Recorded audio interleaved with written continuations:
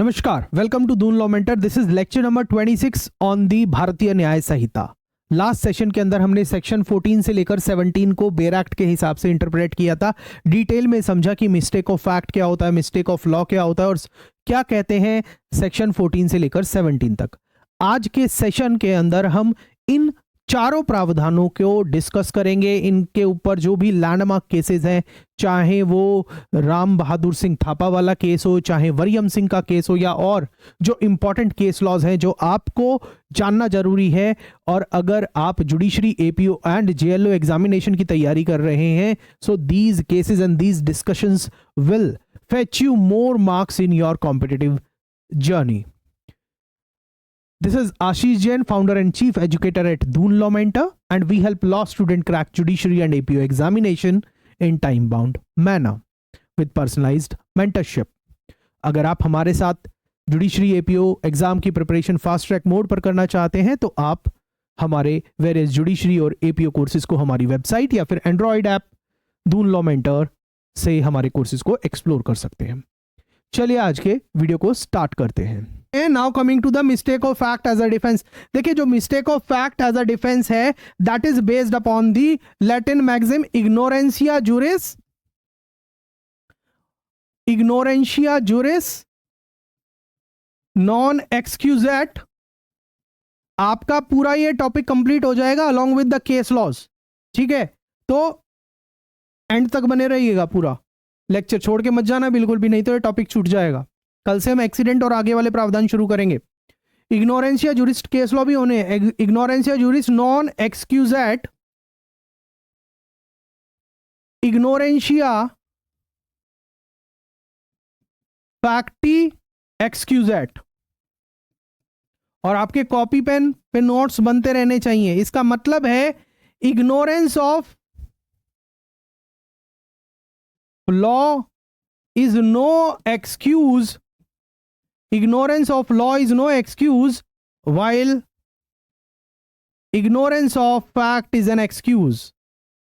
Ignorance of fact is an excuse कि भाई law का कोई एक्सक्यूज नहीं है, इग्नोरेंस ऑफ फैक्ट एक एक्सक्यूज हो सकता है। ठीक है, इस मैगजिम पर आपका defence of mistake of fact base है, जो सेक्शन 14 से लेकर 17 ऑफ बीएनएस के अंदर दिया हुआ है। और जब आप सेक्शन 14 एंड 17 को पढ़ते हो, you have always to read section 2 subsection 11 of BNS with it, जिसके अंदर गुड फेथ की डेफिनेशन दी गई है। और वो ड्यू केयर एंड कॉशन वाले एस्पेक्ट को मैं ऑलरेडी बता चुका हूं, तो वो मैं उस चीज को रिपीट नहीं कर रहा हूं। अब बात करते हैं। देखिए, अभी हमने बेयर एक्ट के हिसाब से डिस्कशन किया, अब हम अपने फ्लो चार्ट के माध्यम से करते हैं।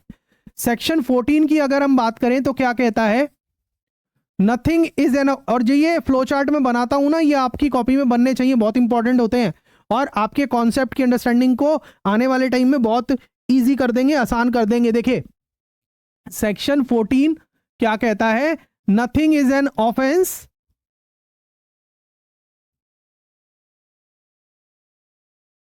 Nothing is an offence means क्या है, ये act done by a person,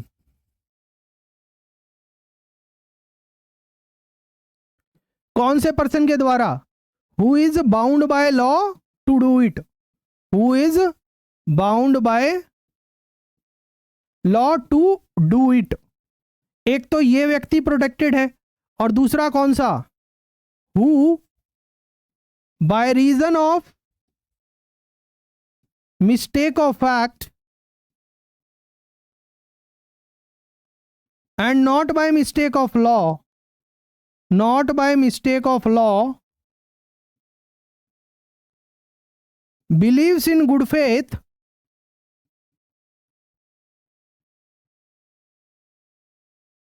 himself to be bound by law, himself to be bound by law to do it। जब आप इस तरीके का बाइफर्केशन करते हैं ना, तो आपको प्रोविजन समझने में बहुत आसानी हो जाती है।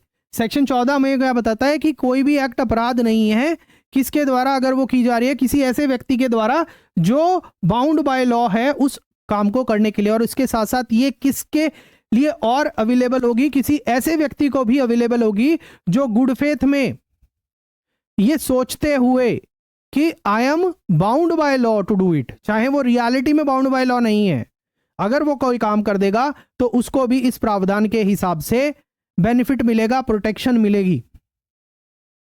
सो as far as this section 14 is concerned, it protects two kind of person, who is actually bound by law to do that act, और दूसरा who by reason of mistake of fact believes himself to be bound by law to do it.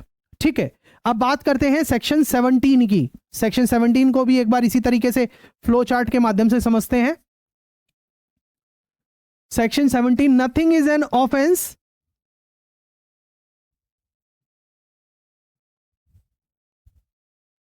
Act done by person, कौन से person के द्वारा, who is justified by law to do it, उस काम को करने के लिए लॉ के द्वारा जस्टिफाइड है। और दूसरा कौन सा व्यक्ति, who by reason of mistake of fact and not by mistake of law, not by mistake of law believes himself in good faith to be justified by law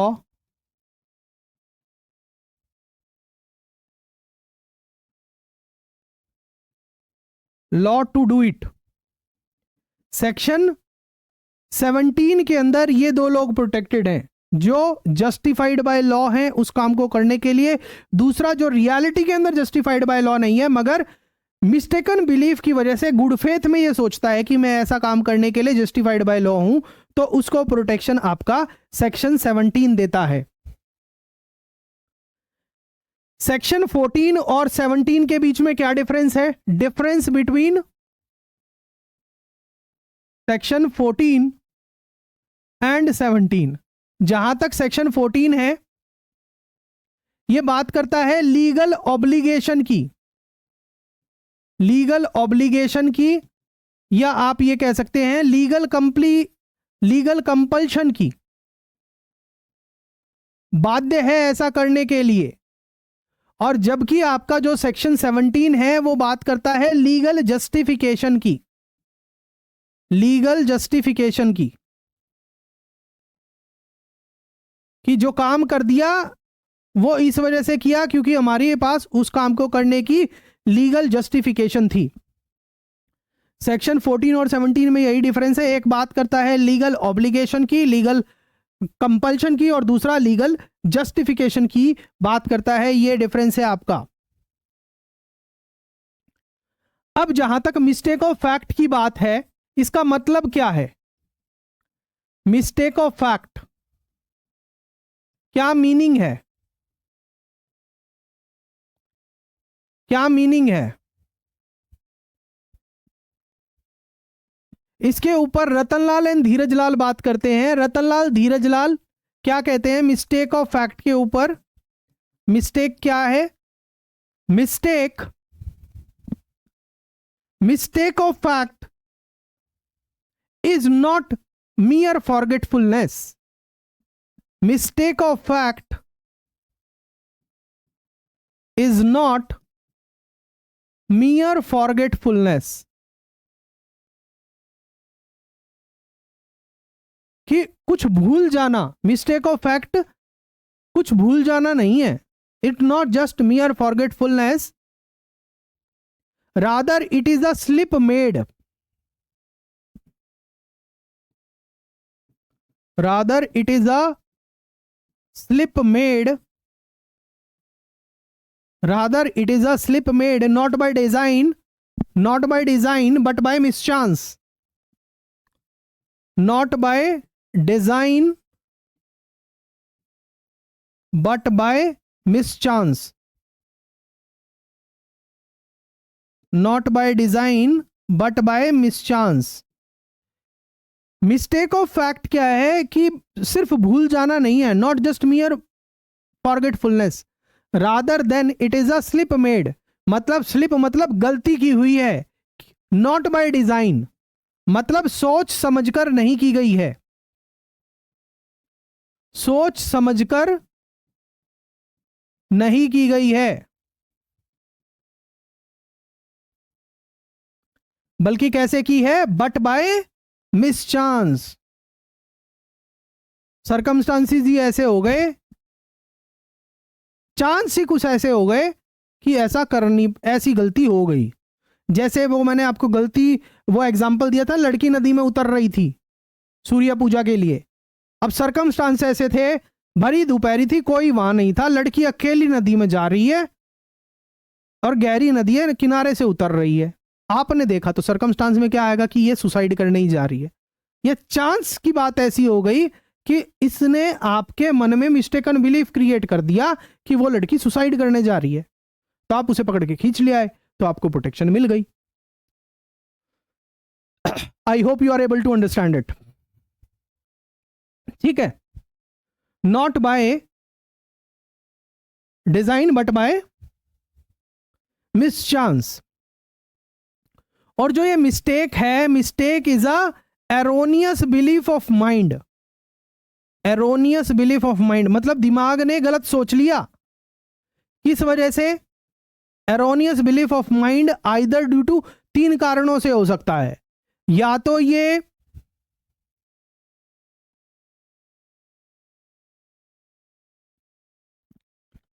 ignorance की वजह से हो सकता है, पता ही नहीं, या मिस एप्रीहेंशन की वजह से हो सकता है, या कई बार डर में भी होता है, fear of injury.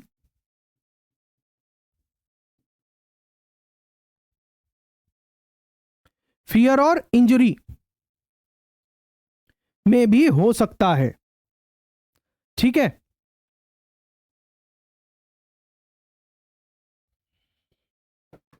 Fear of injury में भी हो सकता है। तो ये मिस्टेक ऑफ फैक्ट का मीनिंग है। मिस्टेक ऑफ फैक्ट क्यों एक्सक्यूज किया जाता है? Why mistake of fact is excused? Why mistake of fact is excused? देखिए, मिस्टेक ऑफ फैक्ट को एक्सक्यूज करने के पीछे क्या रीजन है? From the criminal liability, from the culpable liability, is that because mistake of fact negatives the mens rea, mistake of fact negatives the mens रिया।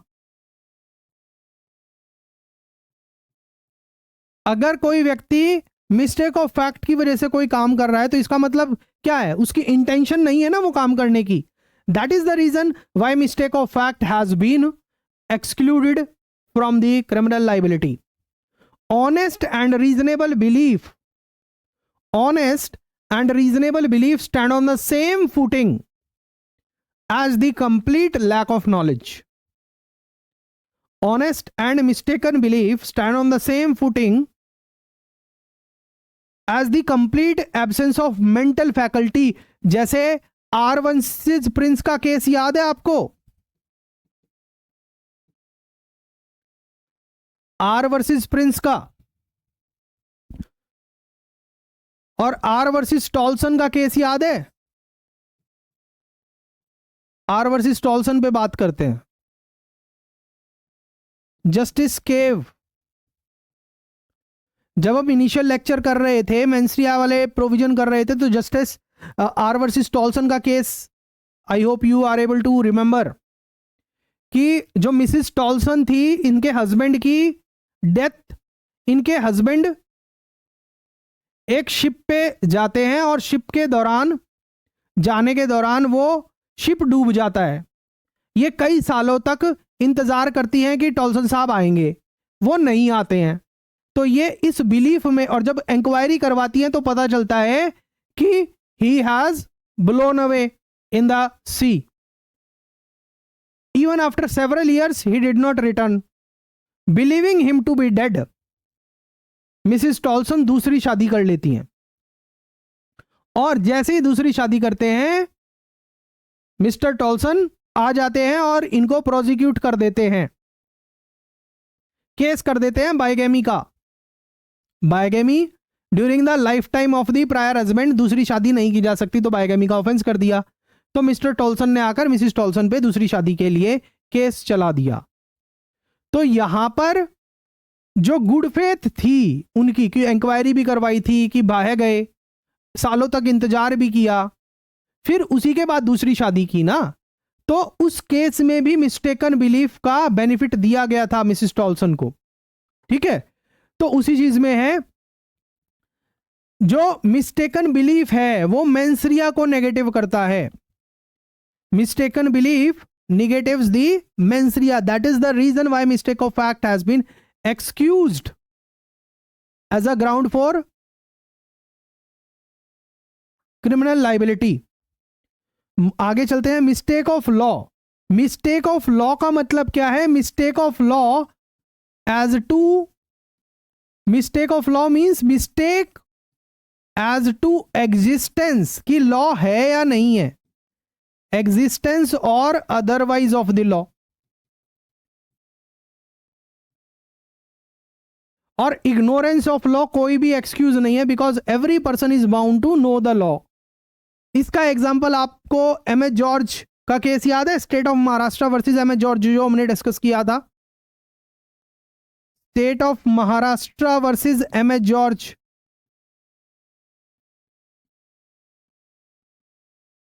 ये भाई साहब अपनी जेबों के अंदर सोने की 43 ईंटें लेके आ रहे थे कोर्ट के अंदर, और फ्लाइट से उड़ के आ रहे थे, और इन्हें जाना कहीं और था। जब ये जहां से उड़े अपने सोर्स ऑफ ओरिजिन से, उस समय तक भारत के अंदर ऐसा कानून था कि अगर आप सिर्फ ट्रांजिट फ्लाइट पर हो, कि मतलब आपको यहां भारत के अंदर उतरना नहीं, आपको जाना कहीं और है, बस आपकी फ्लाइट हॉल्ट हो रही है, तो आपको ट्रांजिट मैनिफेस्ट के अंदर शो नहीं करना कि आपके पास एग्जैक्टली है क्या। ये भाई साहब अपने वहां से उड़े, सामान अपनी जेबों के अंदर डाल के, सोना और जहां जाना था वहां के लिए, वो फ्लाइट लैंड हुई बॉम्बे के अंदर। और जब जहां से ये उड़े उस दौरान सरकार ने, आरबीआई ने एक नोटिफिकेशन निकाल दिया कि even on the transit flight आपको ये शो करना है कि आपके पास है क्या। जैसे ही ये आए, कस्टम अथॉरिटीज ने इनकी जांच की, जैसे ही फ्लाइट बॉम्बे के अंदर लैंड हुई, और इनके पास से, इनके कोट के अंदर से 43 सोने के बिस्कुट या सोने की ईंटें मिलती हैं, तो इनको अपराधी माना जाता है। ठीक है, इन्होंने क्या प्लीड किया? मुझे तो कानून का पता ही नहीं है, ऐसा कानून कब आया? जब मैं उड़ा उस टाइम तो कानून था ही नहीं, आप लोगों ने कानून इस दौरान इनेक्ट कर दिया। देखिए, फेरा रेगुलेशंस का जो कानून होता है ये स्ट्रिक्ट लाइबिलिटी ऑफेंस है, इसके लिए मेंसरिया की रिक्वायरमेंट नहीं होती, और स्ट्रिक्ट लाइबिलिटी ऑफेंस के अंदर मेंसरिया की रिक्वायरमेंट नहीं है, तो ही वॉज हेल्ड लायबल। और ignorance of law is not excused, ignorance of law भी एक्सक्यूज नहीं है। ठीक है, द लॉ, जहां तक मिस्टेक ऑफ लॉ की बात है, इसका मतलब कि किसी पर्टिकुलर सब्जेक्ट पे लॉ एग्जिस्ट करता है या नहीं करता, या उस पर्टिकुलर एस्पेक्ट के अंदर लॉ क्या है, इसके बारे में mistake. Mistake of law why not excused, क्यों एक्सक्यूज नहीं है? ब्लैकस्टोन साहब बोलते हैं इसके ऊपर, mistake of law can not be excused because everyone is bound to know the law. Blackstone कहते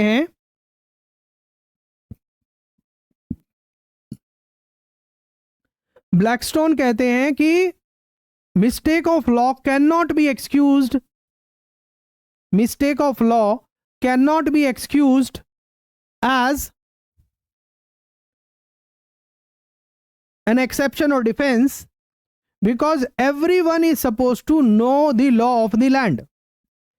और ऑस्टिन साहब भी, Austin also gave two reasons why mistake of law can not be excused पहला ग्राउंड है। देखिए, और जो reasoning Austin ने दी उसका रेलिवेंस बहुत ज्यादा लगता है। उन्होंने दो रीजनिंग दी। पहली बात तो क्या है कि अगर हमने मिस्टेक ऑफ लॉ को एक्सक्यूज बना दिया तो administration of justice will become completely difficult. Administration of justice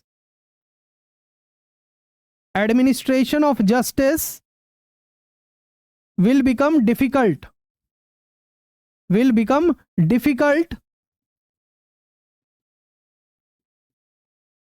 administration of justice will become difficult as जब भी कोई अपराधी कोर्ट के सामने आएगा वो बोलेगा आते ही पहले हमें नहीं पता जी कानून क्या है।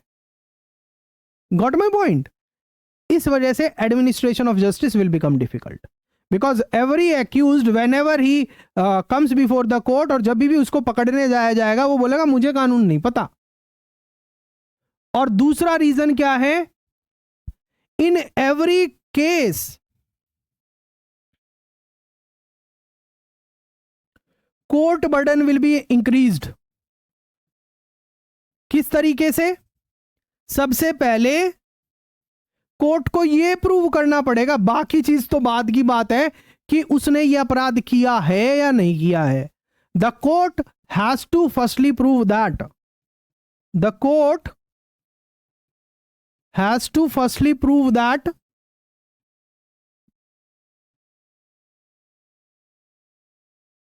accused actually know the law। ये ऑस्टिन वाला व्यू पॉइंट ज्यादा रेलिवेंट रखता है। कोर्ट का ये काम बढ़ जाएगा। कोर्ट को पहले ये प्रूव करना है कि इन महाराज को पता है कानून है क्या, इन्होंने किया है नहीं किया है वो बाद की बात है, वो बाद में डिसाइड करेंगे। मगर पहले ये तो प्रूव करो कि इनको कानून पता है। समझ आ रही है आप लोगों को चीजें?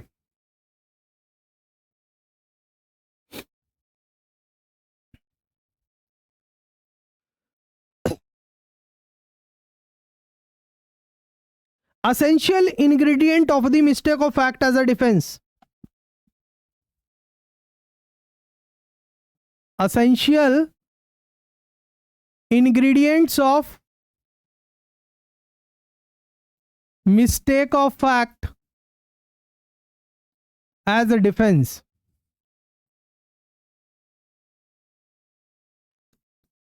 तीन चार इंग्रेडिएंट्स हैं, लिखिएगा। पहला एसेंशियल इंग्रेडिएंट है the act must have been done by mistake of fact and not by mistake of law. पहला इंग्रेडिएंट है the act must have been done by mistake of fact and not by mistake of law. दूसरा है जो act की गई है वो mistake of fact की वजह से हुई है, मिस्टेक ऑफ लॉ की वजह से नहीं हुई है।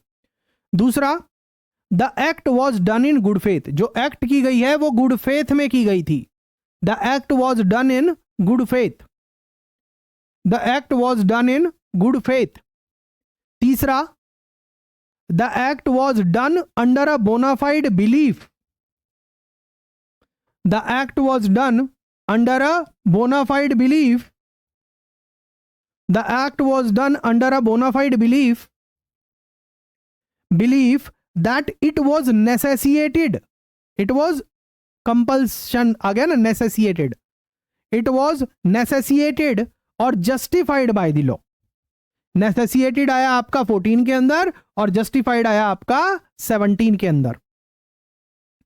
That the act was done or the act was done under a mistaken belief that it was necessitated or justified by law।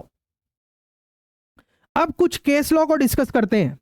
Satyam Shivam Sundaram movie किसने देखी है? जल्दी से कमेंट सेक्शन के अंदर बताइए। सत्यम शिवम सुंदरम मूवी किसने देखी है? केस का नाम है राज कपूर वर्सेस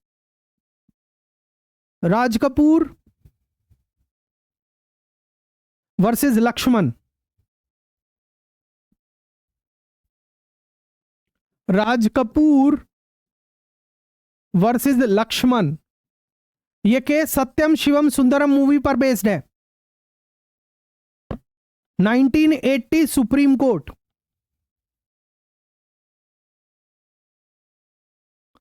सत्यम शिवम सुंदरम मूवी पर बेस्ड है ये। किसने देखी है मूवी, जल्दी से बताओ।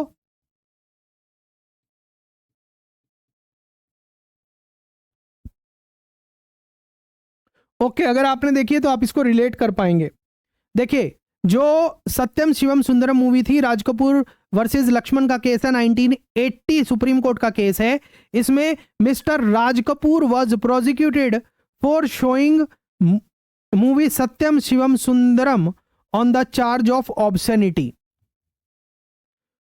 राज Kapoor was prosecuted for charge of showing obscenity,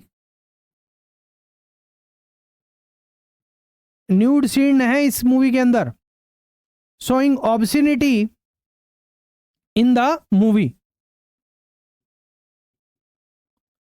showing nudity, obscenity in the movie। But Raj Kapoor, मगर राज कपूर साहब ने ये मूवी कब दिखाई? आफ्टर गेटिंग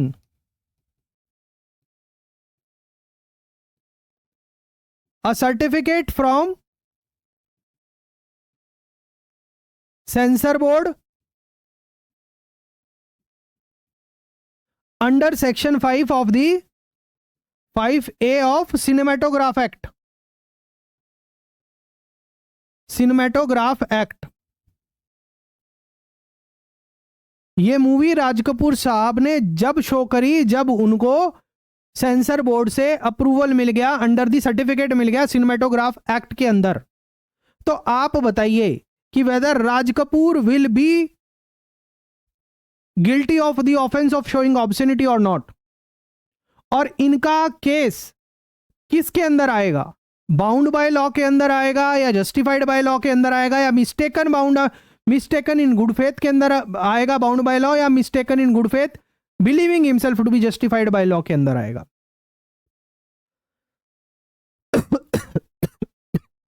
जल्दी बताइए।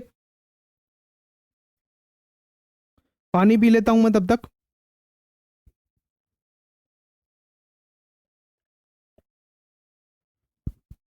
बढ़िया आंधी चल रही है देहरादून में, लगता है बारिश आने वाली है।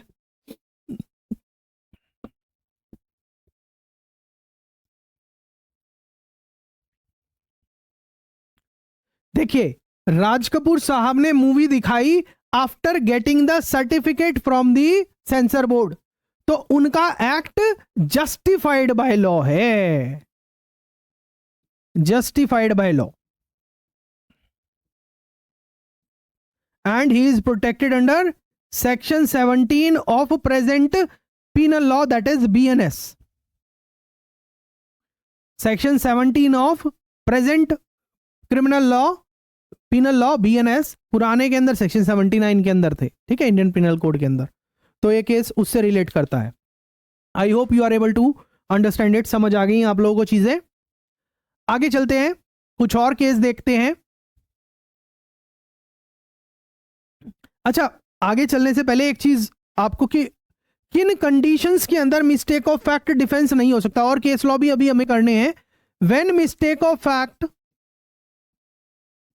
when mistake of fact is no defense, fact is no defense, कि किन सर्कमस्टांसेस के अंदर मिस्टेक ऑफ फैक्ट डिफेंस की तरह अवेलेबल नहीं होगा? when act itself is illegal, जो एक्ट की जा रही है वो अपने आप में अपराध है। when act itself is illegal,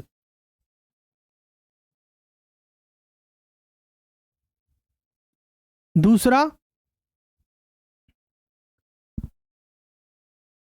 maxim respondeat superior is not applicable in criminal law. Maxim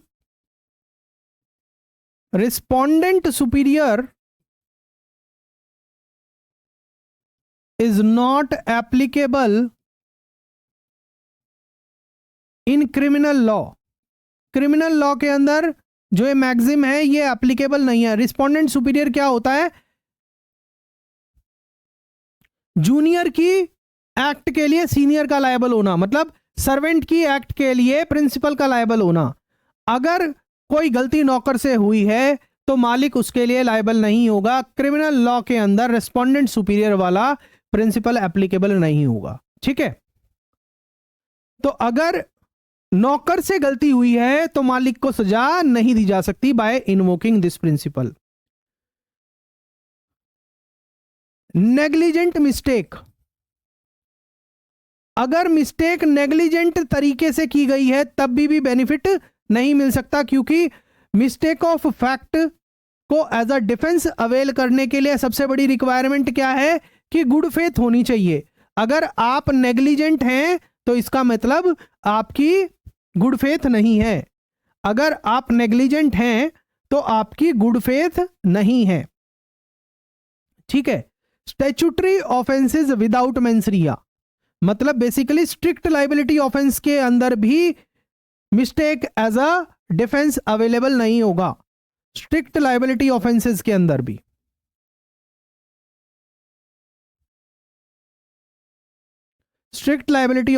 अंदर भी mistake as a defence available नहीं होगा। Is it clear?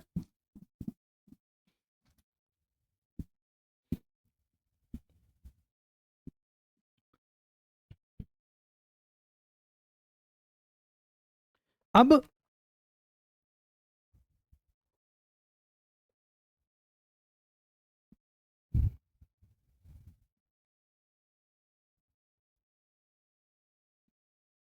एक केस है emperor versus Jagmohan Thakral. Emperor versus Jagmohan Thakral.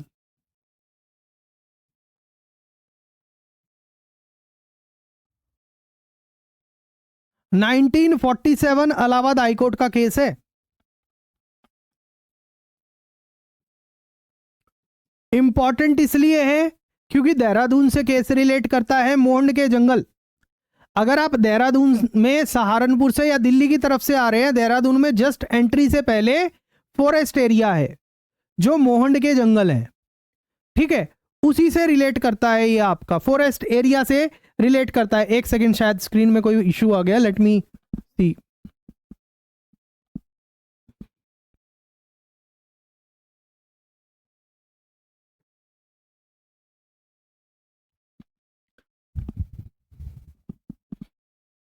Yes, Mohand के जंगल हैं। तो इसमें ये 1947 इलाहाबाद का केस है, इलाहाबाद हाई कोर्ट का। और पुरानी बात है, ऑब्वियसली उस समय उत्तराखंड उत्तर प्रदेश का ही हिस्सा होगा। ठीक है, तो इसके अंदर क्या था? Accused persons were coming from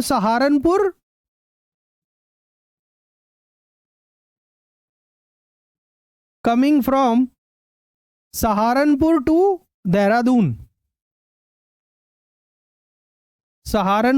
Dehradun. ठीक है, और वो रात के टाइम आ रहे थे सहारनपुर से देहरादून में। जैसे ही वो मोहंड के जंगल में जा रहे थे देहरादून पहुंचने के लिए, तो वो अंधेरे में क्या देखते हैं कि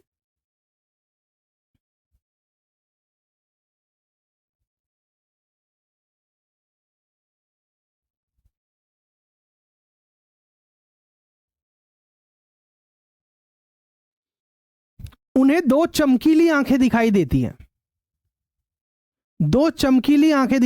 अंधेरे में, और वो उनके पास हथियार थे, pistol.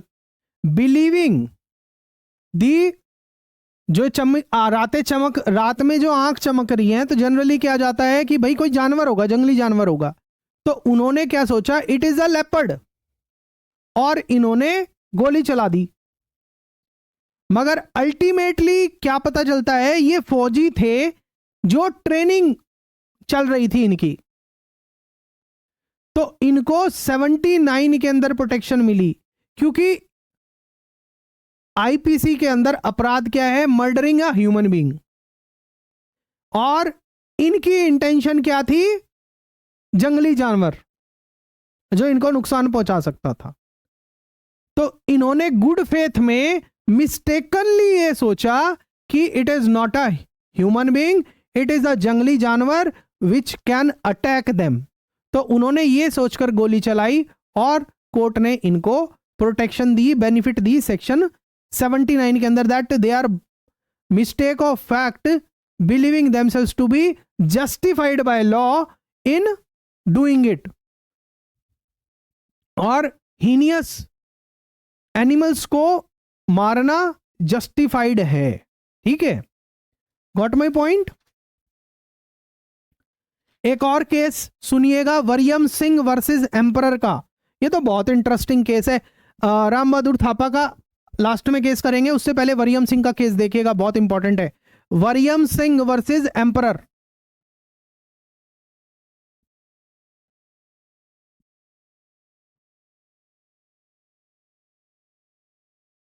Wariyam Singh versus emperor 1920 Lahore high court. Wariyam Singh versus 1926 Lahore high court.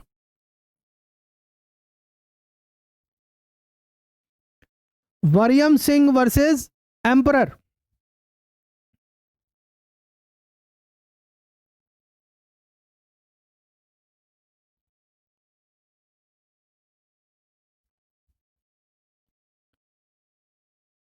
जो एक्यूज्ड था ना Wariyam, accused Wariyam,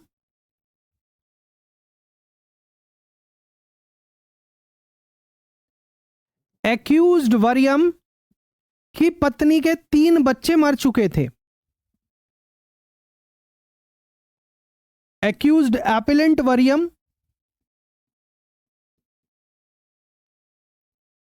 lost 3 sons. और जब 3 बच्चे इनके मर चुके थे तो देवर एडवाइज्ड बाय अ बाबा कि तुम क्या करो कि जो अभी हाल ही में आपका लास्ट बच्चा मरा है ना, उसकी कब्र पर जाकर नहा लो।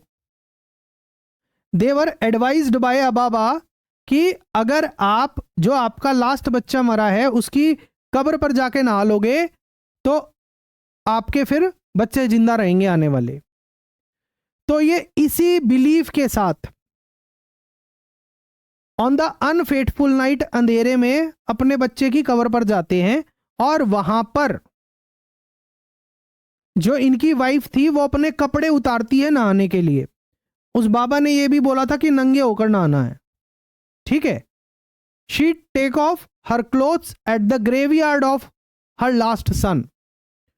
और जैसे ही इसके पति अपनी वाइफ के ऊपर पानी डाल रहे थे उनको नहलाने के लिए, वो देखते हैं कि कुछ लोग वहां आ गए हैं, कि कुछ लोग वहां आ गए हैं।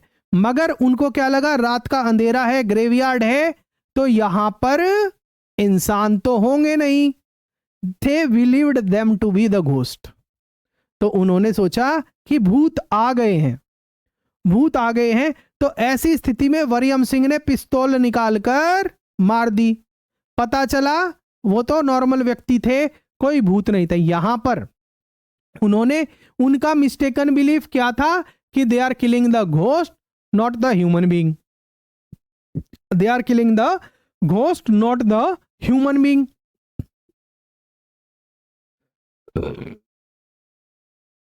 तो कानून ने, द कोर्ट ने उनको प्रोटेक्शन दी, उनको लायबल नहीं किया गया for killing because they have acted in mistaken belief and killing of ghost is not a crime. Got my point? Killing of ghost is not a crime. Court applied section, present BNS का section 17 apply किया, mistaken belief की वजह से justified by law in doing it. अगला case जो हम discuss कर रहे हैं वो Ram Bahadur Thapa, state of Odisha versus Ram Bahadur Thapa का है। वो भी भूतों वाला केस ही है। State of Odisha versus Ram Bahadur Thapa 1960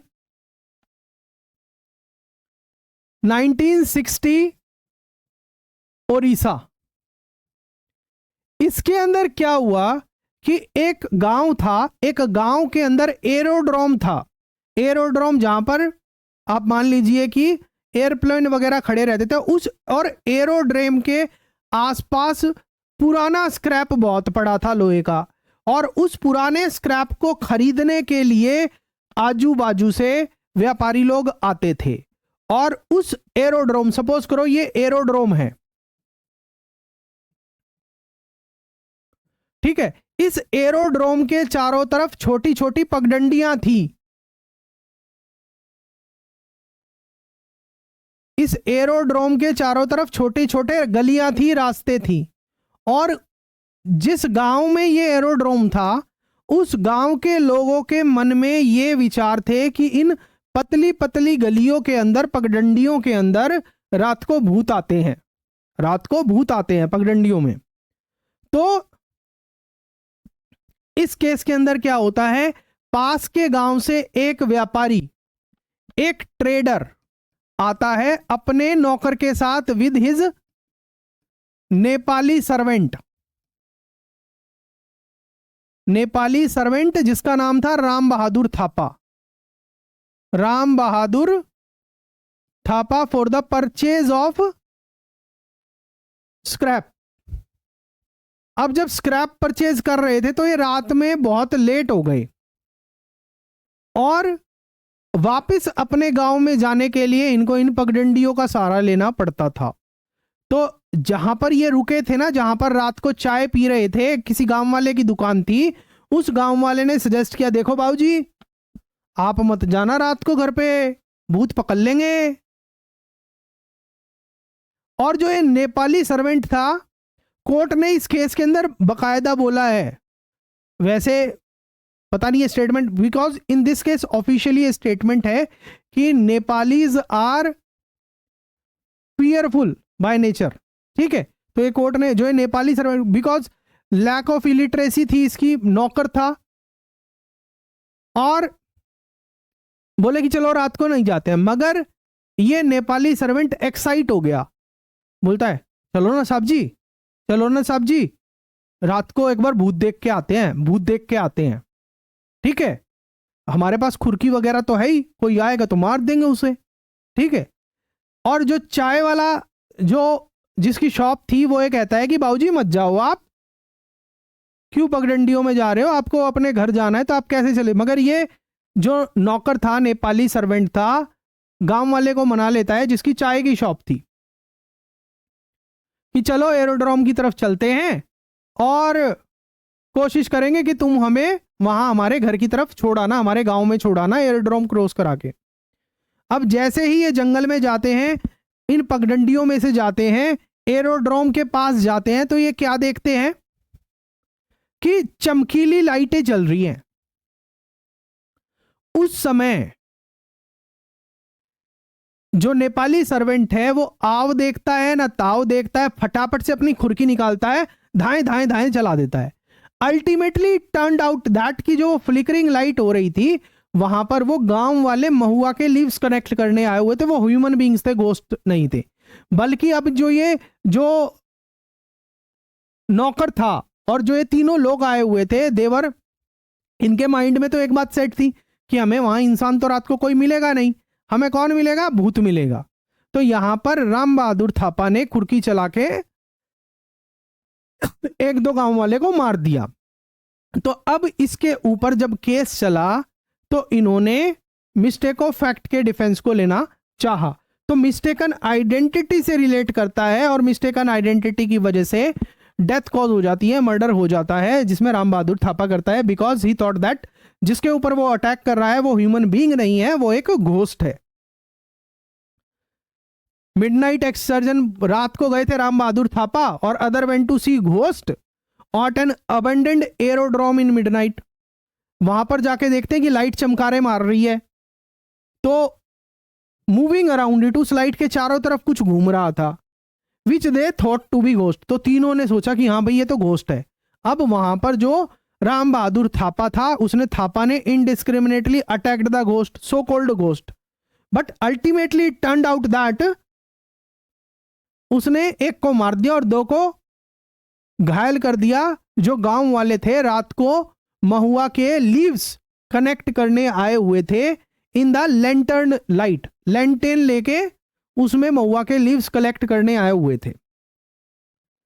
court ने राम बहादुर थापा को, जो सेशंस कोर्ट थी उसने राम बहादुर थापा को छोड़ दिया। ठीक है, ये इशू था कि whether the issue of the session court was correct in acquitting. आप बताइए क्या होगा, क्या बेनिफिट दिया जाएगा राम बहादुर थापा को? Whether Ram Bahadur Thapa to be given benefit of the provision और नॉट। क्या उनकी, राम बहादुर थापा की मंशा किसी ह्यूमन बीइंग को मारने की थी? क्या उनकी गुड फेथ नहीं थी? They were obsessed with the idea that रास्ते में तो भूत ही मिलेंगे। ठीक है। Can Thapa be protected under section 79 of IPC? और आज की तारीख में अगर हम बात करें सेक्शन 17 ऑफ बीएनएस। प्रोसिक्यूशन के क्या आर्ग्यूमेंट थे कि Thapa did not act in good faith और with due care and attention which is required under section 2 subsection 11 of the BNS. उस समय का भारतीय इंडियन पिनल कोड का गुड फेथ वाला प्रोविजन जो सेक्शन 52 था। Thapa should be guilty under section 304A, पुराने आईपीसी का जो बात करता है negligent act causing death by negligence से, उसके लिए गिल्टी होना चाहिए। डिफेंस के आर्गुमेंट थे कि भाई Thapa believed the attacking ghost not human. Thapa ने जो अटैक किया है उसको लग रहा था कि वो भूतों पर अटैक कर रहा है, इंसानों पर नहीं कर रहा है, और गुड फेथ में था। He is protected under section 17 of the present BNS as he acted in mistake of fact in good faith. यहां पर जो कोर्ट ने, ओडिशा हाई कोर्ट ने अपहेल्ड किया एक्विटल को, और यहां पर कोर्ट ने बोला कि अगर उनका मिस्टेकल बिलीफ था तो उनको प्रोटेक्शन दी जाएगी। कोर्ट ने अपहेल्ड की कन्विक्शन, कोर्ट ने जो एक्विटल दिया था सेशंस कोर्ट ने उसको अपहेल्ड किया। ठीक है। एक और केस अगर आप देखना चाहें तो एक लास्ट केस और डिस्कस कर लेते हैं। स्टेट ऑफ ओडिशा वर्सेस भगवान बारिक का केस है 1987 supreme court. State of Odisha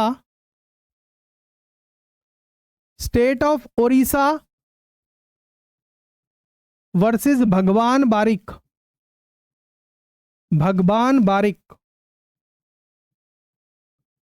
1986 supreme court. इस केस के अंदर एक्यूज्ड एपिलेंट है आपका भगवान बारिक।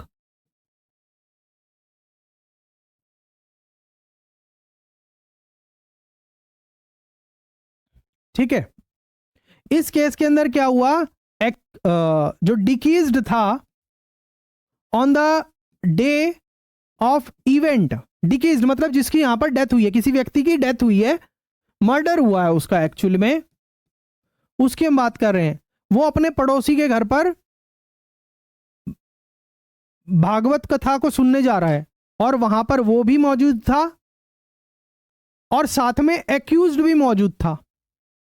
भागवत कथा सुनने के बाद डिकीज्ड अपने घर पर आता है और कुछ समय बाद अक्यूज्ड भी अपने घर पर चला जाता है, और कुछ समय बाद रात को एक्यूज्ड के घर के पास से मतलब भगवान बारिक के घर के पास से आवाजें आती हैं, ह्यू एंड क्राई की आवाजें आती हैं।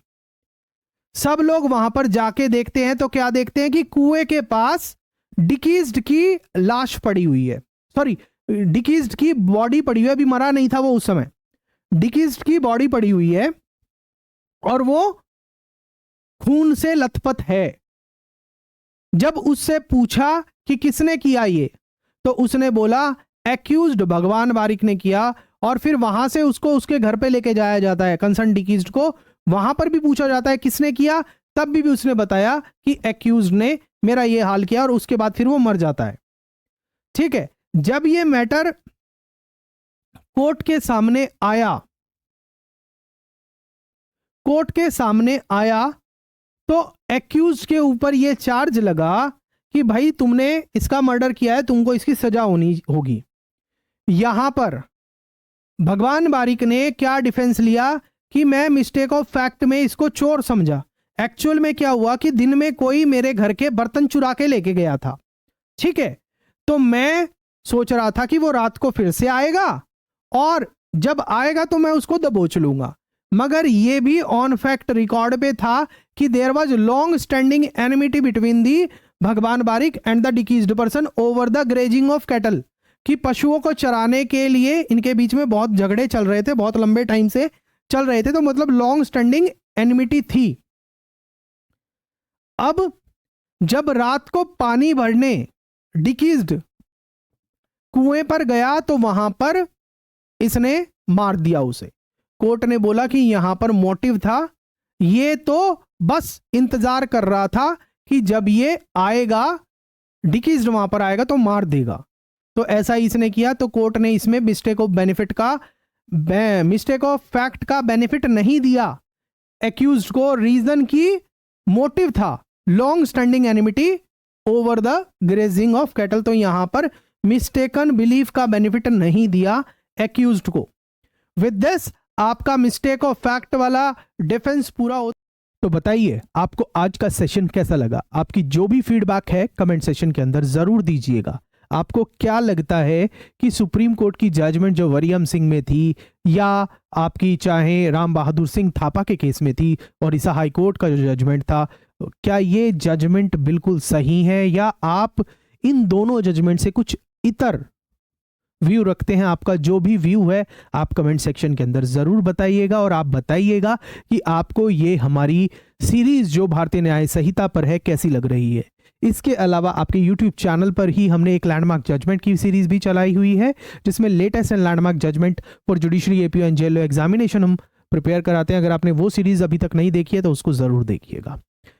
चैनल को अभी तक सब्सक्राइब नहीं किया है, वीडियो देखते हैं चैनल को सब्सक्राइब नहीं करते हैं, तो ये कि आप एक काम करिएगा, चैनल को लाइक करिए, दोस्तों के साथ शेयर करिए, और चैनल को सब्सक्राइब करके बेल नोटिफिकेशन ऑन करिए, क्योंकि जब भी आपको चाहे बीएनएस की सीरीज हो या और कोई रिलेटेड वीडियो हो, जैसे ही हम अपलोड करते हैं आपके पास तुरंत वो नोटिफिकेशन आ जाए और आप अपनी नॉलेज को और एनहांस कर सके।